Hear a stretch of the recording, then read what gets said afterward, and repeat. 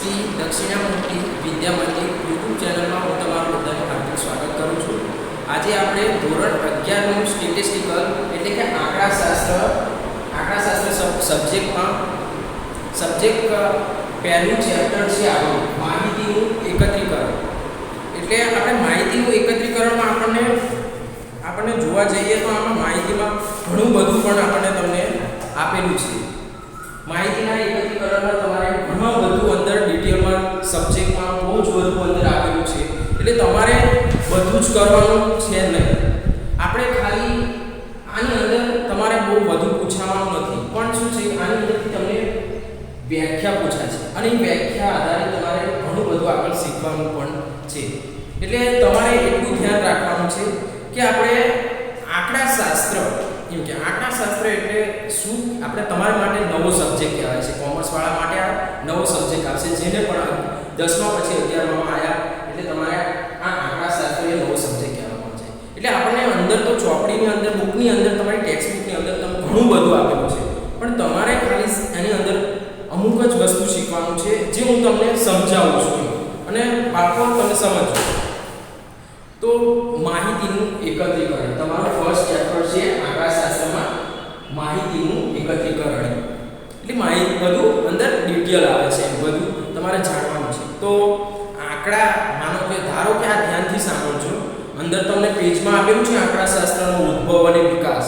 તમને આ તમારું 2 નંબરનું પેજ છે, એની અંદર ઘણી બધી ડિટેલ આપી છે, પણ આપણે અહીંયા શોર્ટમાં થોડુંક સમજશું કે આંકડાશાસ્ત્રના ક્ષેત્રે ભારતનું પ્રદાન મૌર્ય સામ્રાજ્ય ઈસવીસન પૂર્વે 321 થી 296 ના સમયથી મહત્વનું રહ્યું છે.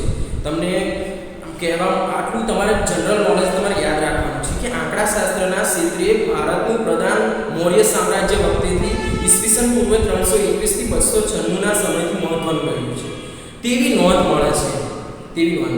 પછી કે મુગલ સમ્રાટ અકબરના શાસન ઈસવીસન 1596 થી 1597 દરમિયાન મુગલ સામ્રાજ્યની વહીવટી અને મુલકી સેવાઓને અનુરૂપ ઉચ્ચ કક્ષાની પ્રસ્થાપિત થયેલ આંકડાશાસ્ત્રીય પદ્ધતિનો ઉલ્લેખ અબુલ ફઝલ રચિતા આઈને અકબરીમાં પણ જોવા મળે છે. આ તમારે મોસ્ટ આઈએમપી છે, કદાચ તમને આ પૂછી શકે છે કે આંકડાશાસ્ત્રીય પદ્ધતિનો ઉલ્લેખ કઈ બુકની અંદર કરવાનો છે. તો આઈને અકબરી એવું યાદ રાખવાનું છે તમારે. આની અંદર બીજું બહુ ડિટેલમાં જવાની તમારે જરૂર નથી. તો પછી હવે નેક્સ્ટ પોઈન્ટ છે તમારો કે સૌપ્રથમ ગોટફ્રીડે એફએન વોલે 1749માં જર્મન શબ્દ સ્ટેટિસ્ટિકલનો ઉપયોગ કર્યો હતો. તો તમારે આ પૂછાઈ પણ શકે છે 1 માર્કની અંદર અથવા તો એમસીક્યુમાં ગમે એવી રીતે પદ્ધતિમાં પૂછાઈ શકે છે. પહેલી એક્ઝામમાં, સેકન્ડ એક્ઝામમાં, થર્ડ એક્ઝામમાં, એ રીતે કે સૌપ્રથમ કે જર્મન કઈ ઓલામાં સ્ટેટિસ્ટિકલ આંકડાશાસ્ત્રનો ઉપયોગ કરવામાં આવે છે. તો તમારે યાદ રાખવાનું કે જર્મન ભાષામાં અને કઈ સાલમાં, તો 1749. આંકડાશાસ્ત્રનો ઉલ્લેખ એન્સાઇક્લોપીડિયા બ્રિટાનિકામાં ઈસવીસન 1797માં થયો હતો. હવે નેક્સ્ટ પોઈન્ટ એ છે કે સંભાવના શાસ્ત્રમાં પ્રારંભિક પરિણામો 17મી અને 18મી સદીઓમાં શોધાયા હતા. કે પ્રારંભિક પરિણામો 17મી અને 18મી સદીઓમાં શોધાયા જેના 2 મહારથીઓ લાપ્લાસ 1749 અને 1827 અને ગોસ એમ 1772 અને 1855 હતા. હવે નેક્સ્ટ પોઈન્ટ છે ગેલ્ટન અને કાર્લ પિયર્સને ગણિતીય આંકડાશાસ્ત્રનો ઉપયોગ વિજ્ઞાન અને ઉદ્યોગ અને રાજકારણમાં કર્યો હતો.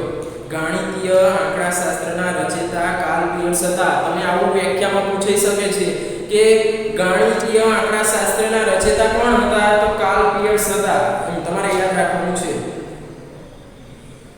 હવે નેક્સ્ટ પોઈન્ટ છે આંકડાશાસ્ત્રના પિતા તરીકે કોણ હતા? તો તમારે એટલું યાદ રાખવાનું ફિશર એ જાણીતા હતા. ફિશર એમસીક્યુમાં પૂછાઈ શકે છે. તો હવે તમારો નેક્સ્ટ પોઈન્ટ છે કે ભારતમાં જાણીતા આંકડાશાસ્ત્રી પીસી મહાલોનબિસે દ્વારા ભારતીય આંકડાશાસ્ત્રીની સંસ્થા ઇન્ડિયન સ્ટેટિસ્ટિક્સ ઇન્સ્ટિટ્યૂટ ISI ની સ્થાપના ઈસવીસન 1931 માં કોલકાતા ખાતે થયેલ છે. તેમણે ઈસવીસન 1941 માં કોલકાતા યુનિવર્સિટીમાં સૌપ્રથમવાર અનુસ્તાતક કક્ષાની આંકડાશાસ્ત્ર વિષયની શરૂઆત કરી હતી. હવે આ તમને વ્યાખ્યામાં કદાચ પૂછાઈ જાય તો તમારે આ અંદર આપેલું છે, પણ તમને હું શું આ શોર્ટમાં સમજાવું છું, જે વધારે પડતું તમારે કરવાની જરૂર છે નહીં. એટલે આ રીતનું તમારે યાદ રાખવાનું કે આંકડાશાસ્ત્ર એ વિજ્ઞાન છે જે આંકડાકીય માહિતીનું એકત્રીકરણ કરે છે અને પૃથ્થકરણ કરે છે અને અર્થઘટન. એટલે તમારે પાસે આંકડાકીય માહિતી એટલે તમને બધું આંકડાનું જે પણ હોય એ એકઠું કરે છે, માહિતી એકઠી કરે છે, અને પૃથ્થકરણ એટલે કે તમને એ વિસ્તરે છે કે શું કહેવા માંગે છે, શું સમજે છે એ રીતે, અને એનું આપણે પછી વિશ્લેષણ લાવવાનું છે, એટલે કે અર્થઘટન કરવાનું છે. હવે તમારે જોઈએ, હવે તમે જોઈ શકો છો મેં તમને આમાં કીધું છે. આ છે પહેલા ચેપ્ટરમાં માહિતીનું એકત્રીકરણમાં તમારે શું સમજવાનું છે ખબર છે. આમાં બહુ જ વધુ પડતું અંદર ડિટેલમાં જવાનું જરૂર નથી, પણ તમારે છે ને આ વ્યાખ્યા મોસ્ટ આઈમ્પી છે. એટલે વ્યાખ્યાઓ તમારે થોડીક રીતે સમજવાની જરૂર છે. તમે જો વ્યાખ્યા સમજશો ને, અને વ્યાખ્યા આ જ રીતે લખવાની છે, વ્યાખ્યા સમજવાની જરૂર છે થોડી. એટલે પ્લીઝ આ ધ્યાનથી સમજો, હું જે સમજાવું એ રીતના જ સમજજો. કે હવે તમારે પહેલી વ્યાખ્યા તમારી છે, જોજો અંદર તમને આપેલી છે બુકમાં, પણ હું મારા રીતે સમજાવું છું એટલે તમને આસાન પડે. કે પહેલું આપણે લખ્યું છે કે સમષ્ટિ. તો આંકડાશાસ્ત્રના અભ્યાસ હેઠળ આવતા તમામ એકમોના સમૂહને સમષ્ટિ કહેવામાં આવે છે. હવે તમને બાળકો એવું પૂછવામાં આવ્યું છે કે જો સમષ્ટિ એટલે શું?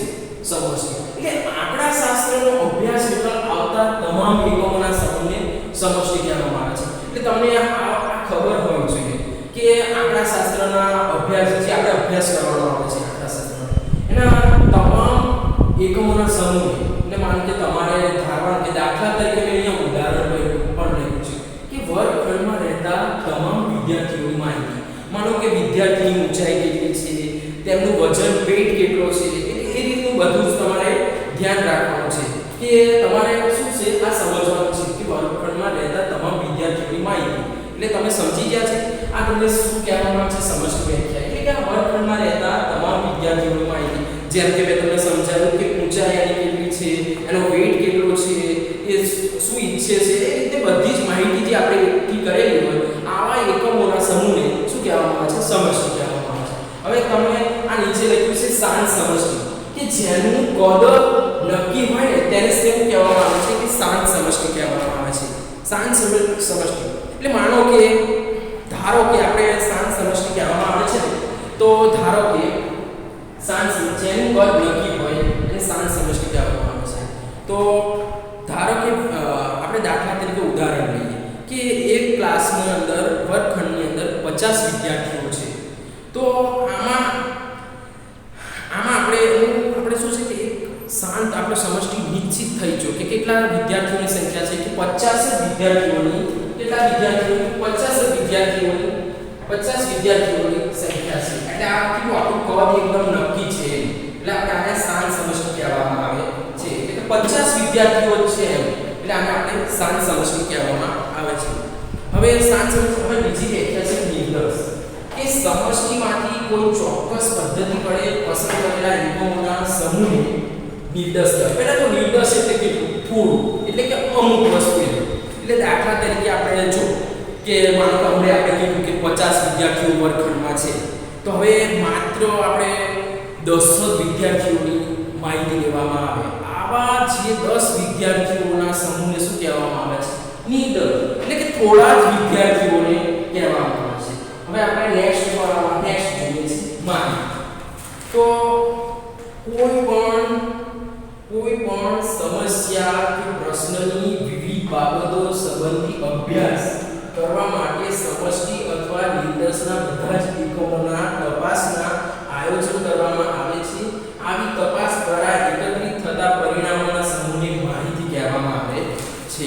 હવે બાળકો તમે આ માહિતીની એક વ્યાખ્યા છે, અને વ્યાખ્યા જો પૂછાય તો આ જ રીતે લખવાની છે કે માહિતી એટલે માહિતીમાં તમારે સમજવું પડે કે માહિતી આપણે કોણ આમાં સમજાયું છે કોઈ પણ સમસ્યા કે આપણે સમસ્યા હોય એના પ્રશ્નો તો આપણે વિવિધ ઉદ્ભવવાના છે. હવે એ પ્રશ્નને ઉદ્ભવે એટલે આપણે એના ધારવાનું છે કે આપણે કે બધી સમસ્યાના પ્રશ્નના વિવિધ બાબતો સંબંધી અભ્યાસ પહેલા કરવામાં આવે. અભ્યાસ કરવા અને અભ્યાસ થયા બાદ બધા એકમોને તપાસ કરવામાં આવે છે. આવી જે આપણે આયોજન કરવામાં આવે છે અને આ બધી જ એકત્રિત કરેલા પરિણામોના સમૂહને શું કહેવામાં આવે છે? આપણે માહિતી કહેવામાં આવે છે. એટલે માહિતી એટલે તમને ખબર પડી હશે એમ. એટલે તમારે આટલું જાણવાનું છે કે સમષ્ટિ એટલે શું, નિર્દેશ એટલે શું અને માહિતી એટલે શું. એટલે આ તમે જો બાળકો તમે જો સમજ્યા હશો તો તમારે એટલું તો ડિપેન્ડ કરે છે કે તમારે માહિતી વિશે આમાં સમજવાનું છે કે નિર્દેશ એટલે થોડું થાય, સમષ્ટિ એટલે શું થાય. એટલે આ બધું તમે વ્યાખ્યાઓ તમારે યાદ રાખવાની છે કારણ કે એક્ઝામમાં તમારે પૂછાઈ શકે છે. એટલે હવે તમારે બાળકો હોમવર્કમાં તમારે એટલું કરવાનું છે કે આ ત્રણેય વ્યાખ્યા જે મેં લખી એ જ રીતની લખી દેવાની છે. હવે આપણે કાલ નેક્સ્ટ લેક્ચરમાં માહિતીના પ્રકારો વિશે સમજશું. અસ્તુ, જય હિન્દ.